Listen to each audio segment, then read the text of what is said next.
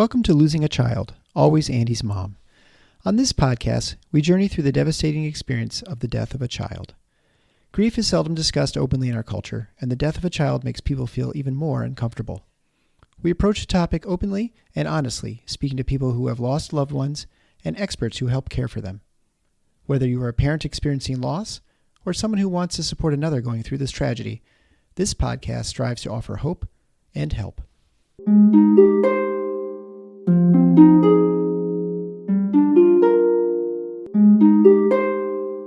Welcome to episode number 330 of Losing a Child, Always Andy's Mom. I'm Marcy Larson, Andy's mom. Today, I have the pleasure to introduce you to Taylor. Taylor is Ray's dad. As I have said in the past, I really do like having dads come on the podcast and give their perspective. One, because I do think it is really helpful for other dads to listen. Two, men talk about grief and their grief journey because it is really seems socially taboo to talk about grief and feelings.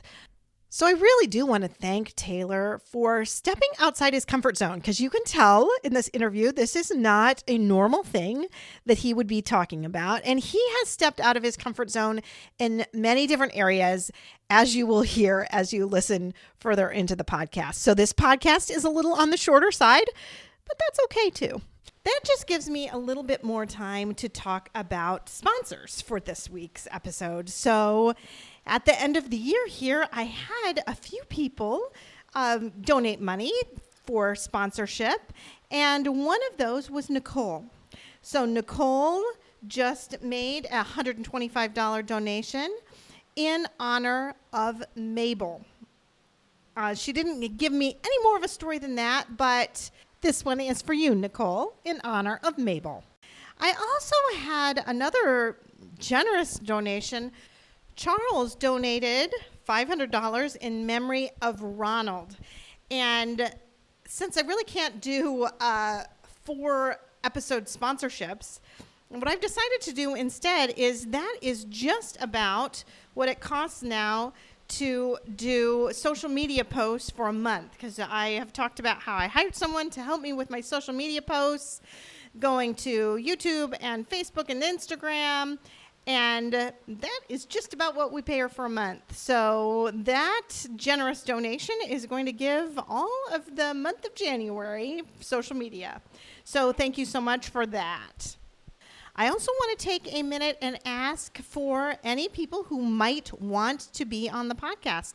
So I have the next, 3 episodes recorded and scheduled, but that's it. So if you have thought, wow, I really would like to share my story on the podcast, now is a great time. So if you were to email me, I'd be able to get you on the schedule really right away, because I don't have any more scheduled. All those next 3 interviews that I have done and ready to go. But after that, there's really nothing. And usually I am kind of continuously recording a month or 2 ahead. So I don't know, it might be because of the holidays that people didn't reach out quite as much. But if you want to be on the podcast, email me. Email me at Marcy, M-A-R-C-Y, at andysmom.com. I also want to take an opportunity again to talk about those Starlight support group sessions. So now we're in January. We take the month of January off from Starlight, so we don't have any support groups going on right now, but they are going to be starting fresh again in February.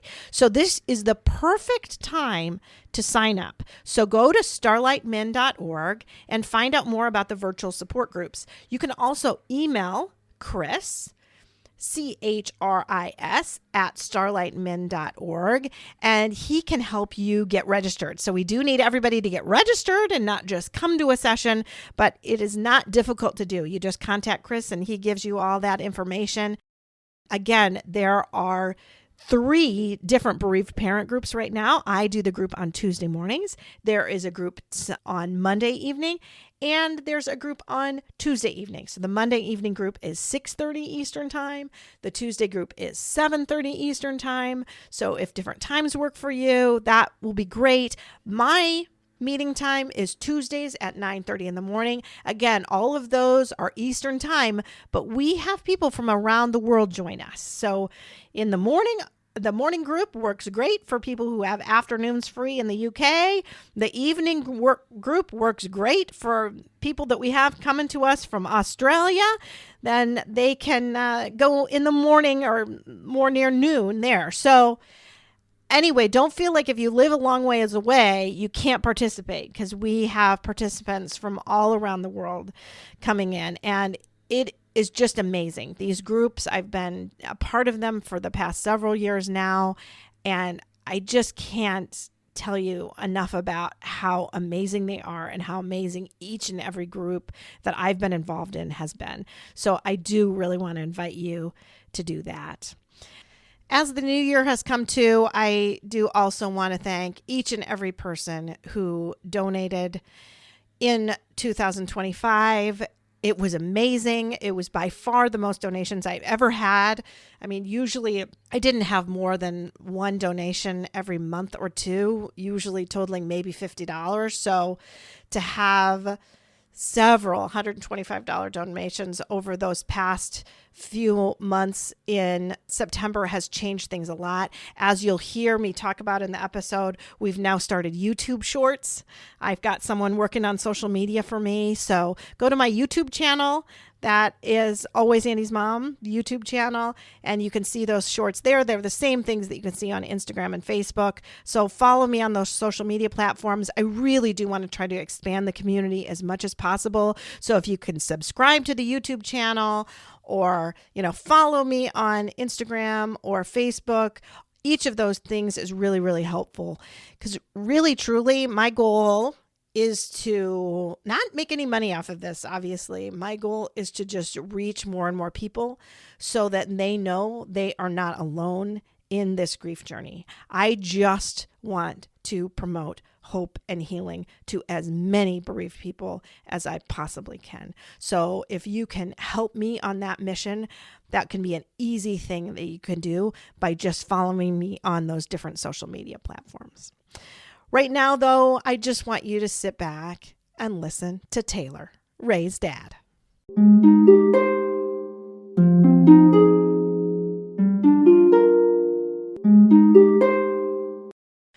Thank you so much, Taylor, for agreeing to come on the Always Andy's Mom podcast today. Yeah, thank you very much for letting me be on here. Yeah, I am so glad you asked, because it is not as common for me to have dads on, but I know that you said that listening to the podcast and listening to the dads on the podcast especially has been really a big part of your healing journey. Yes, ma'am. And listening to all the, how the dads go through it, and, a lot of it might not be the exact same, but it's pretty close to the same feelings and everything that I'm feeling at the time. So it really does help. Yeah.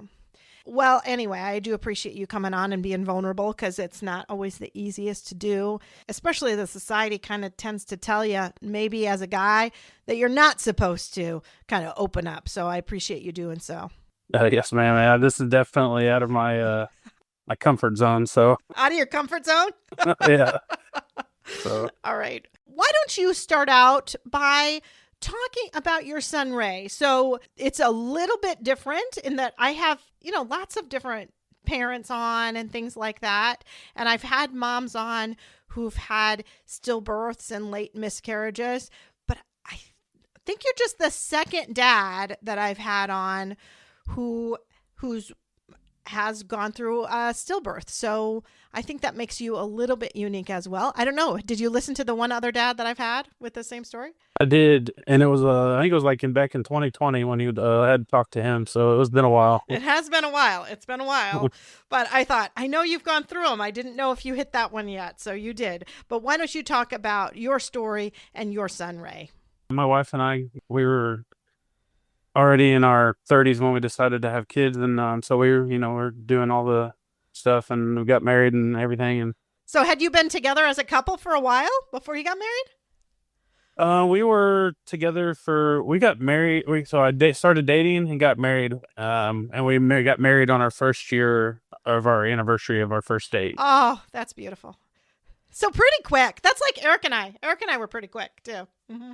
So it was like right at a year. Yeah. So then we decided, it's like, okay, because we're both in our 30s. So we decided just to, go ahead and Yeah. try for, and we happened to we were super lucky. First month we tried, we got pregnant. So she was kind of worried about that too, because she has so many friends that took multiple, like one of her friends took like 10 years to get pregnant.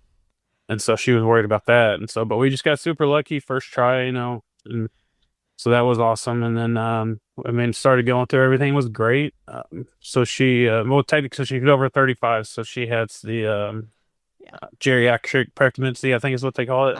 Yeah. Well, advanced maternal age. Yeah. I don't know. I don't think either one of them sound really great, do they? Geriatric or advanced maternal age. No. No, they just make you feel old. No. I remember with my last one, I was like barely not, because it's 35 and I had Peter at 34 and 34 plus. I was like very close to my 35th birthday, but I was trying to get it in under the wire. Yeah. Yeah. So, but it was all going around smoothly. We went and seen the, and I don't know how it works everywhere, but here in Kansas City, we had to see a high risk doctor for it. And then, but they did the 20-week scan. Everything was perfect, they said. And the only thing that was different was that she was also had gestational diabetes. Okay. But all of her numbers were great, and so that they never thought that was the reasoning for any of it. So. All right, so you went through 20 weeks and she's getting tummy and you're getting excited and it's starting to feel real. Yeah, and it felt real. She finally started kicking, and she let me feel, of course, and that's when it really hit for me. I can actually feel. As a dad, you don't really get to do all that stuff, until you can feel them kick. So that was a very important step for me, and then that's when it really became real, I guess, and I was happy. I got even more happy because at first too, I didn't want to have kids either. Like I was always against the kid thing, and then I met my wife, and then she and then it became real, and I'm like, okay, I really want to have a kid now, and so. Yeah, that's awesome. It just changes everything, doesn't it? You don't think so, and then all of a sudden you meet the right person, and then you're like, I think I do want to have kids with you. I think maybe this would be amazing. Mm-hmm. Yep. So it was great on that end. And then, so we hit we do the 20-week scan. Perfect. So then I have to go to Oklahoma City for work, do some training down there. And my wife calls me and she scares the crap out of me. And she said, something's wrong. I don't know what. And then she said, but I don't want you to come home yet. And I'm like, okay. So then I wait and she calls me, says they can't find a heartbeat. And then she said that they're taking her back. Well, I don't know what happened in that whole mess, but so she called me and she's like, I need you to come here right now. They're taking me back to surgery. And I'm like, crap. So I'm like grabbing all my stuff out of my hotel room in Oklahoma City, trying to get in my truck to drive back to Kansas City. And then she calls me again and I'm like, oh, okay. So I'm like, I finally calmed down. She said that they found my heartbeat. Everything's okay right now, but she's like, I still want you to come home. So I'm like, okay, no worries. I'm already driving home. So I get there. She's fine. They have a heartbeat she stays for about 2 more days. How many weeks was she at this point? That was about 25, 26 weeks. Okay. All right. I get there, everything's fine. We go home for about a week. I take off that week. Luckily, with my job, I usually have a lot of leaves saved up, so I was able to stay home with her for about a week. And then that next weekend, and this was right at 27, she said something. She wakes me up in the morning and says something's wrong. I don't know what, but we need to go to the hospital. So I said, okay. So I get in the truck, we drive to the hospital, and then there, start checking. And first lady, she said, okay, I'm gonna go get the ultrasound tech. And so then the ultrasound tech comes in, and my wife, I had no clue what's going on, but this is also, my wife's a mom baby nurse at that hospital. Is she? Okay. Yeah. So we were on the 7th floor and she works on the 8th floor. And so she knows the tech and everything. So, and then she said they didn't find a heartbeat. And so I didn't know what was going on because she didn't tell us anything. She was just going to report to the doctor.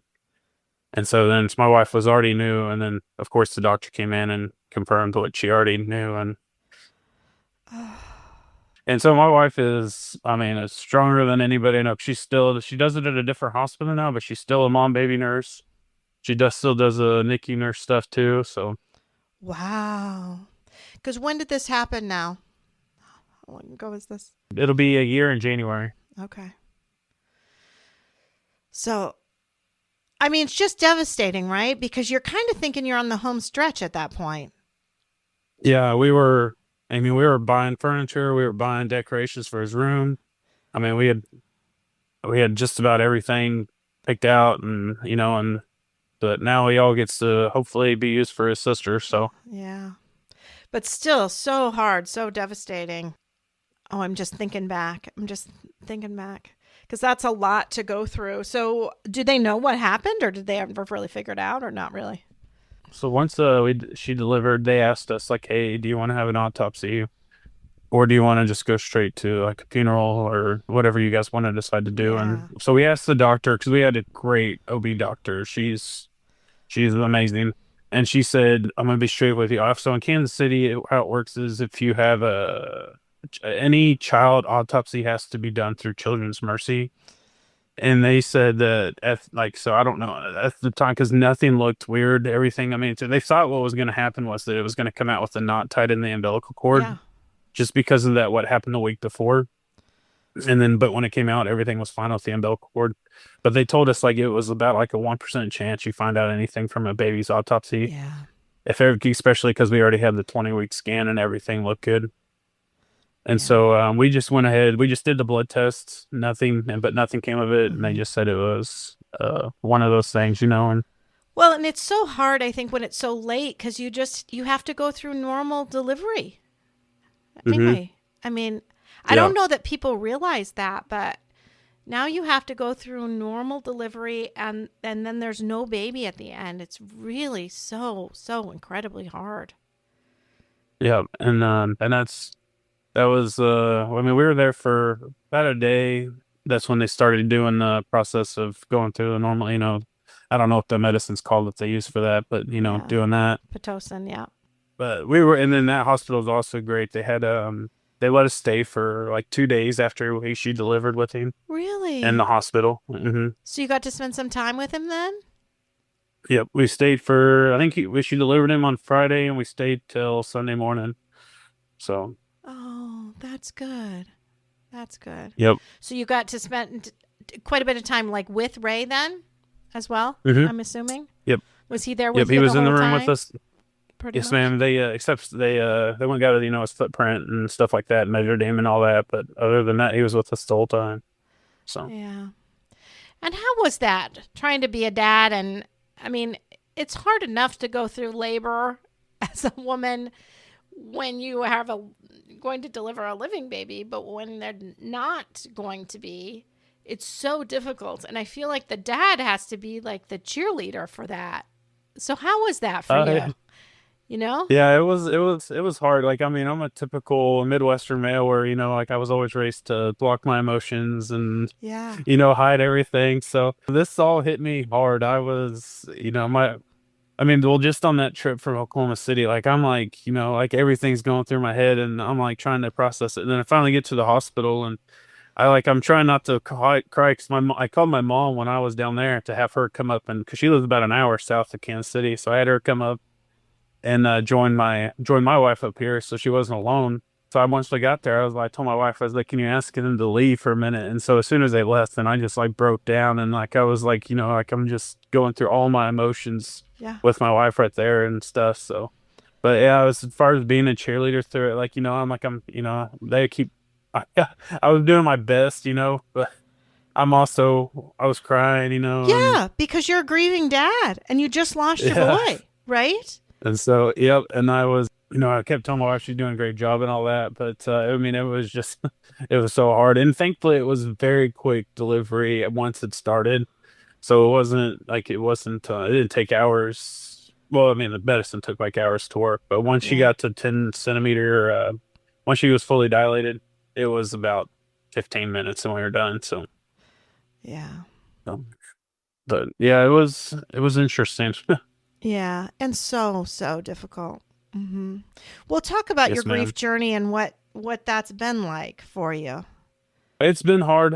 One of the things I've heard on a lot of your podcasts was you wanting to see your kid again, or you wanting to just see your kid, and I've gone through that, and I'm like, but I mean, that's just would like to see him, but it's not going to happen until my time rightfully ends on this earth. So, but the one of the stories that really stands out for me on my grief is my one of my best friend's son was getting married up in Nebraska, and so I head up there to go to his wedding, and all of a sudden it started going through me like I'm never going to be able to see my son get married, and so I had to excuse myself from that wedding a few times, just to go outside so I didn't feel like I was the party cooper, and so Right. And it's crazy because I don't think people would probably think that with you, right? yeah, Because Ray no, hadn't yeah, been born. But I think that's an excellent point that you bring up, that you have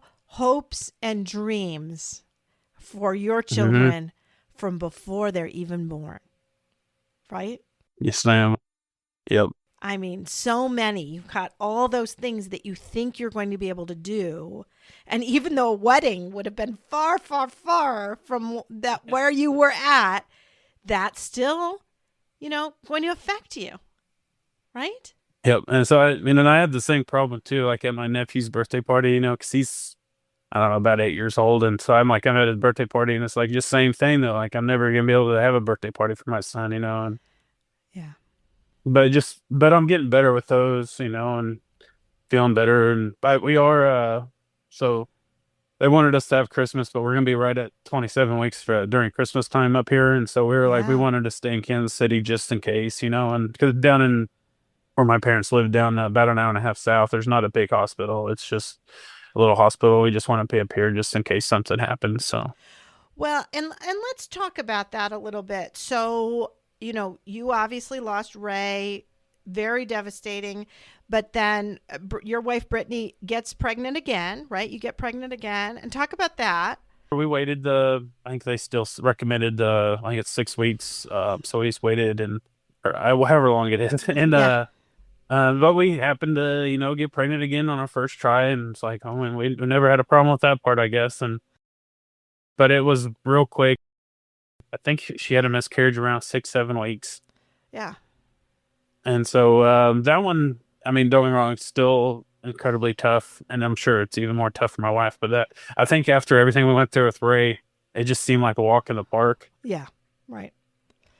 But still scary It's still very scary. to now be like, okay, now we've done this twice, gotten Yeah, pregnant twice, still haven't, right? So yeah, yep. now talk about now, because now you're Um, pregnant again, right? yep, and this has all been in about almost a year. So Yeah. it's been a roller coaster of emotions for us, Yeah. but yeah, everything's going good. She's still has gestational diabetes, but her numbers have always been great. And we have a doctor up there. We send him to him every week, and he says everything looks good. The only thing different we're doing this time, as of now, is I think it's called a fetal ECMO or something like that. Fetal echo. Yeah. Echo, yeah, there you go. And so they're gonna 25 weeks. We're gonna go in there and do that. That's about the only thing different so far. Yeah. So that's where they look at the baby's heart really closely. Mm-hmm. Yeah. Yeah. So we're doing that, but we're both struggling. Like, like, is it going to happen again? Yeah. And I hide my emotions a lot better than my wife does. So, I try to tell her what I'm thinking. That way she knows I'm in the same boat. Right. But, we both work night shifts too. So I got home from work this morning, and I was talking to her, and she was like, she's like telling me, she's like, I'm just so worried, that we're going to go through the same thing again. And I'm 100% in the same boat. Like that's a thought that never leaves my head right now is Yeah. that we're gonna lose another one. So Yeah. That's the biggest thing, isn't it? It's the fear. yeah, And I and think that's what other people don't quite understand, is how yeah, bad and that fear is. and up until I lost Ray, like everything I've ever lost has always been in natural order. It's always been a great grandparent or a grandparent, and so I've never lost. My parents are still alive, and their parents were still alive up until recently. I mean, it's always been normal, and then once that happened, and it wasn't normal anymore. So Yeah. And it's just terrifying because like, yeah, oh my word, this can happen and this could happen again. Right? yeah, It's happened once, it could happen again. And it's just so scary. I think that's why I think back to the first email that you wrote to me. You wrote about that fear. Yeah. Right? Yep. Mm-hmm.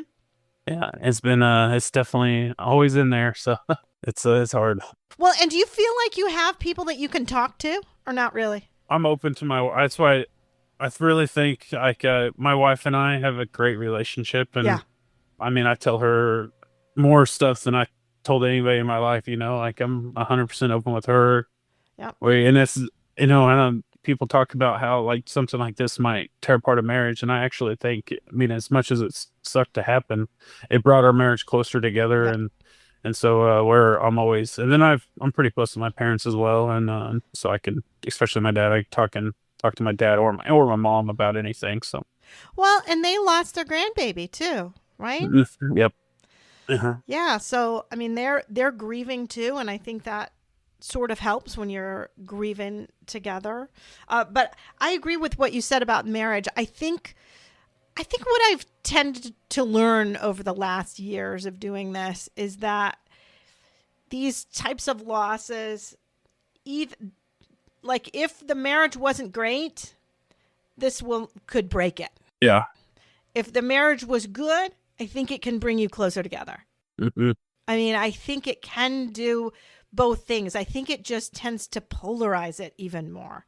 So if you really turn to each other beforehand and now you go through this devastation, it can bring you closer together.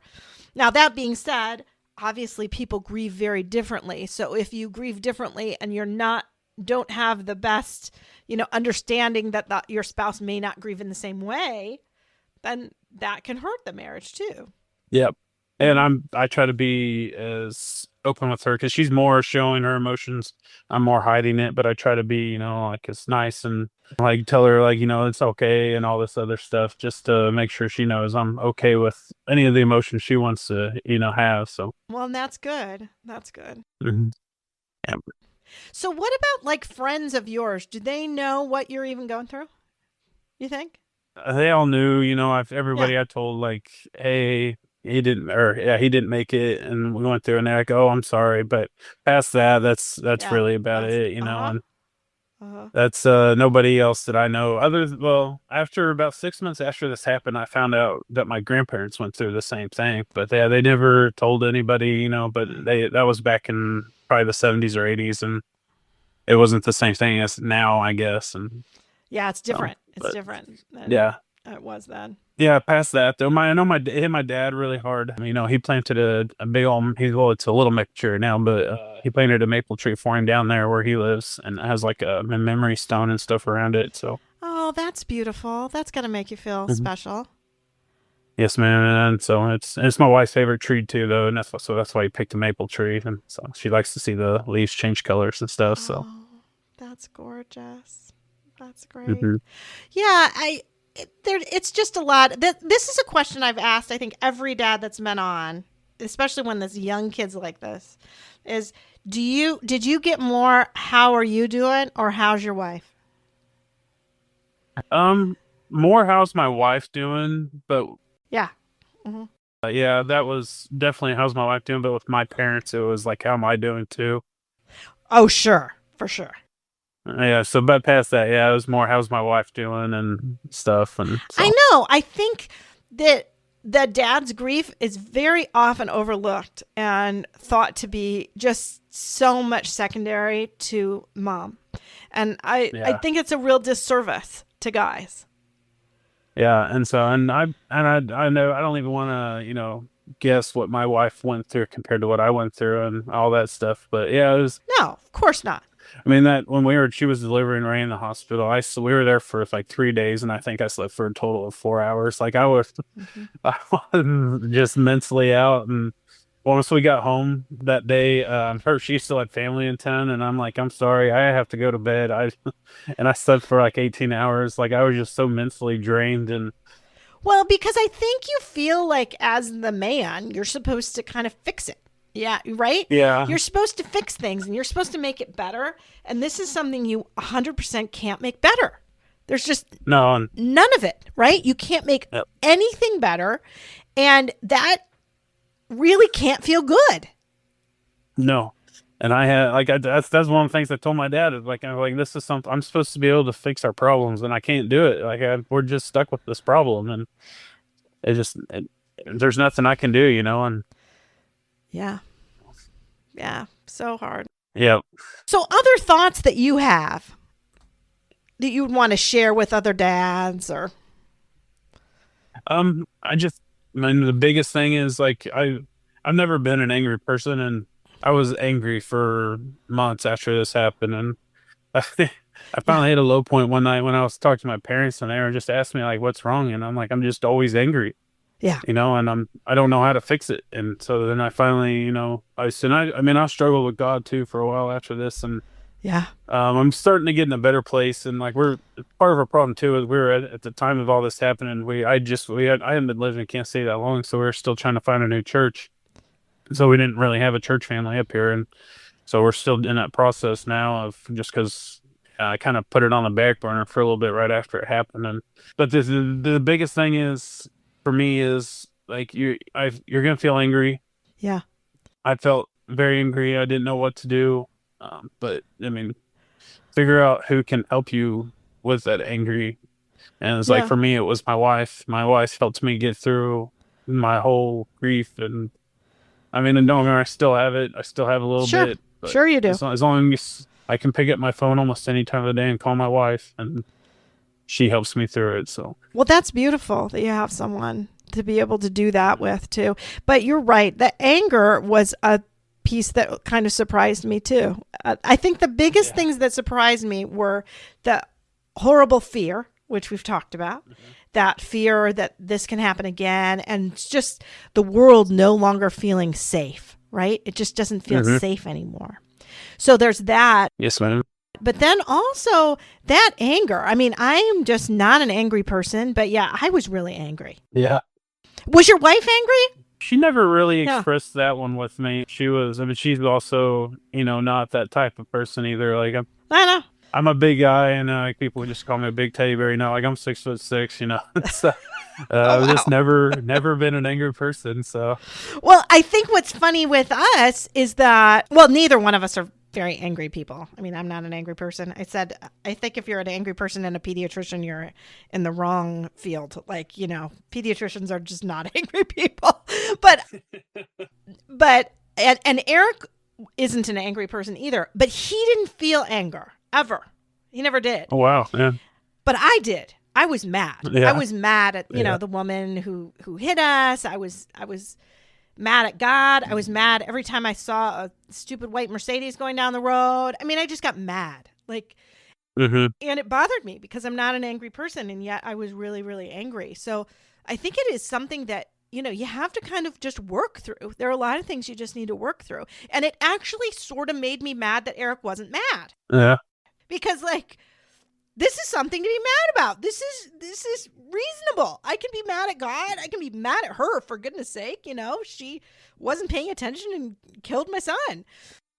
yeah. But he was, from the very beginning, was like, oh, he felt bad for her, which of course, right? She has to live every day of her life knowing she caused this accident, which has got to be hard. And he just had immediate sympathy, and I just didn't. So it's interesting. I think you can have different perspectives in the same situation. Yeah, and that's for sure. And it doesn't have to be male, female, like the man's the angry one and the woman's not. Nope. For us, it was the exact opposite. It's just kind of happens to be what your personality, or I don't know. I don't know what it was exactly. Yeah, I'm not sure either. It's definitely very rare for me to get mad about anything. So it was a whole new emotion for me almost too. Right, exactly. And it feels just icky. I mean, for me, it did. Yeah, it does. Of course, I use the word icky as a pediatrician. That's a common word for me to use, not a common word for most adults, I know. But I just don't feel good about myself. This is not me. And that's why eventually I did have to let go of that. And it sounds like you were eventually able to let go a little bit more of that too. Although it probably still comes back occasionally. Oh yeah, and that's the other thing too, is like don't be I mean okay, I'll just be driving to work, and all of a sudden, all those emotions just come back into me, and Yeah. I mean, I just have to work through it, call my wife, figure out what to do, but I get through it. So Well, I'm glad that you feel like you're able to do that, because that's another thing too, that sometimes couples aren't the best at turning to each other because they think, okay, maybe she's having a good day and I'm having a bad day. Do I want to make her have a bad day by doing all of this? So you can hide things a little bit. But obviously, the best approach is if you can be super open and honest all the time with your emotions. But it's not always easy to do because you love them so much you don't want them to hurt, right? no, it's not. Yep. So, and if I could, hide all my emotions, and she, went through this next 20 or 18 weeks without any, then I would try and help her out as much as I can. But that's obviously not the case. So now you're at 22 weeks, you said. Mm-hmm. Yep. So, and that's what's coming up. I mean, I imagine that every week you get closer, those fears come up a little bit, right? Yes, they do. It's like they've just been creeping up more and more and more the further along we've gone. So it's funny because I think normally you get more comfortable and more confident the further along you get. But I think it's that date that you have, knowing 27 weeks is coming, that once you make it past there, maybe you'll feel okay. But until that point, it's almost like a countdown, right? yeah. Yeah, I think so. And I hope maybe if we may get through the 27 weeks, hopefully, we'll, relax a little bit. But I mean, we just have to, time will tell on that one. So, well, and I think that is something we've all felt. I just was talking to a friend of mine, and her son reached the age of the older one when he died. And counting down to that was really difficult. And I think back to me too, when Peter hit 14, that was a big deal. Like, that's the age his brother was when he died. And, in some ways, that whole year, I felt like I was holding my breath. I was just waiting for it to happen again. And as soon as he turned 15, like, okay, well, now he's 15. Well, maybe now, right? Maybe now we're going to be okay. But it's difficult. It's difficult. I remember myself, when my mom died at the age of 42. On my 42nd birthday, I sobbed. Because I was now the age that my mom was when she died. So it's funny how those dates can really affect you. That's for sure. And so I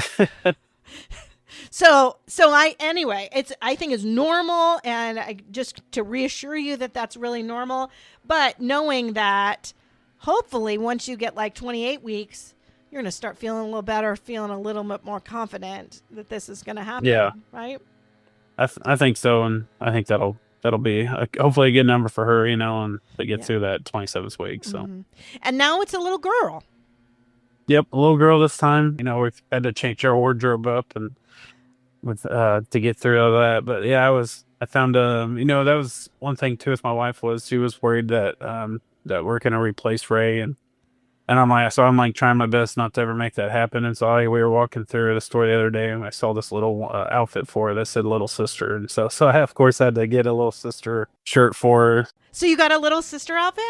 Yeah. I love that. Yeah. And so, because she always will have a big brother, right? Yep. Yeah. Yep. And so I've been buying her, stuff like an ornament for the Christmas tree, to put Ray's ultrasound picture in it. And so I just want her to, know that we're not ever going to forget him, and he'll always be with us. Yep.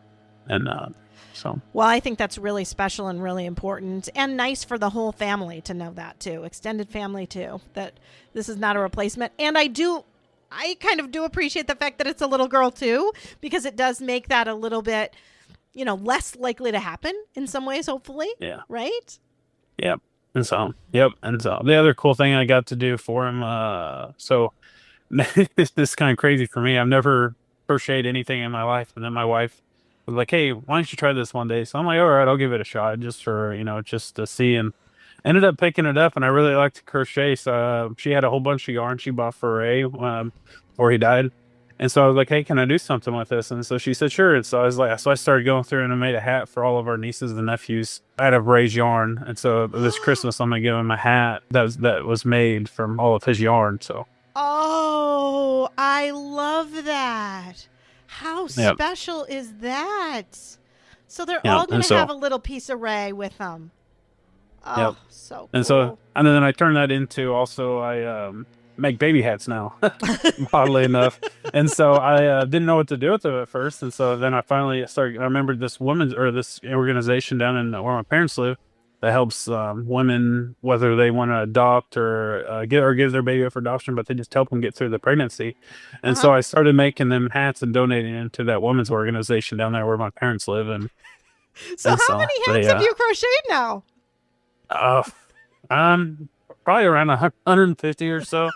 So That's awesome. I yeah, have to tell you, you do not look like a crocheting kind of guy. You're 6'6", full beard, big dude. Love it. yep, I love it. That's yep. So fantastic. but I've gone into, I've made like little stuffed animals now too, and I'm currently making a teddy bear for my nephew. So I've just kind of got into it, and it really helps me. It helps me keep my hands busy whenever, and then it also Yeah. like especially because in my job too, like sometimes it's a very boring night, and so I have nothing else to do. I'm there by myself, so I it just gives me something to do instead of just thinking constantly about everything else. So Yeah. Yeah, it is uh, amazing how busy hands can really yeah, help you when you just don't know what to do. Cuz when you're in that grief, you're like, I just need to do something. I just need to do something. That's what I always felt yep, like. Like I would want somebody just tell me what to do. I will do anything. Just tell me what to do. So for you to have a new little hobby and one that you don't have to think too much about. It's just, colors of yarn or yep, whatever. yeah. So yeah, it definitely shocks me too on how much and now my wife is like, I can't even teach you anymore because I've gone past what her skill level is with crochet. So So how much stuff are you going to make for this little girl? I've made her probably a dozen hats already, and my wife wants me to try and figure out how to make little booties for her. So that's probably my next, That's your project is next figure out task. Okay. that. Yeah. So I'm just been, and I'm making that, but teddy bear has turned into a longer project than I thought it was gonna have to be. So, but I'll get through it. Oh, that's awesome. Okay, so when you send me pictures, I told you you have to send me pictures. I want some pictures of these hats. We are going to Okay. put some pictures of these hats up for people to see too. So, as a little reminder, come to my social media. I'm now on Facebook and Instagram and now YouTube. We've got little YouTube shorts, so there'll be little YouTube short. I'm sure that we'll have some of Taylor's hats and with Ray's yarn and now with more than just Ray's yarn because you've got to go buy yarn now. Yeah. Yep. I've been to Hobby Lobby a lot of times recently. So You got Hobby Lobby frequent flyer card now, I guess, huh? yeah, pretty much. Well, very good. Well, thank you so much for coming on, talking about Ray, talking about your grief journey, and just making it, a little less taboo for dads to be able to talk about because I think that's really, really important. So I appreciate it so much. Yes, man. I appreciate you giving a platform for us to be able to do it. So, Yeah, absolutely. Well, best of luck to you. You keep us posted on this new little girl that you have coming too. all right, we'll do. I appreciate it. Okay. Bye-bye. Bye.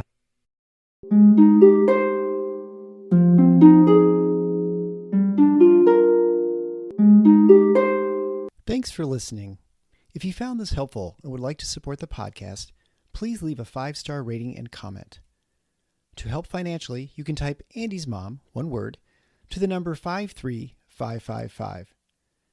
This provides a link to GiveButter, which allows donations through PayPal, Venmo, Apple Pay, or credit cards. GiveButter will provide a receipt of your tax-deductible donation, or you can visit the donation page at andysmom.com/donate. Always Andy's Mom is a registered 501c3 and can receive donations through Thrivent Financial and Benevity. Marcy loves hearing from listeners. Please feel free to reach out to her via email at marcy@andysmom.com or on the Instagram or Facebook Always Andy's Mom accounts. Sign up for the email list to get weekly episode links as well as pictures of Marcy's guests and their children. Together, let's work to inspire hope, one day at a time.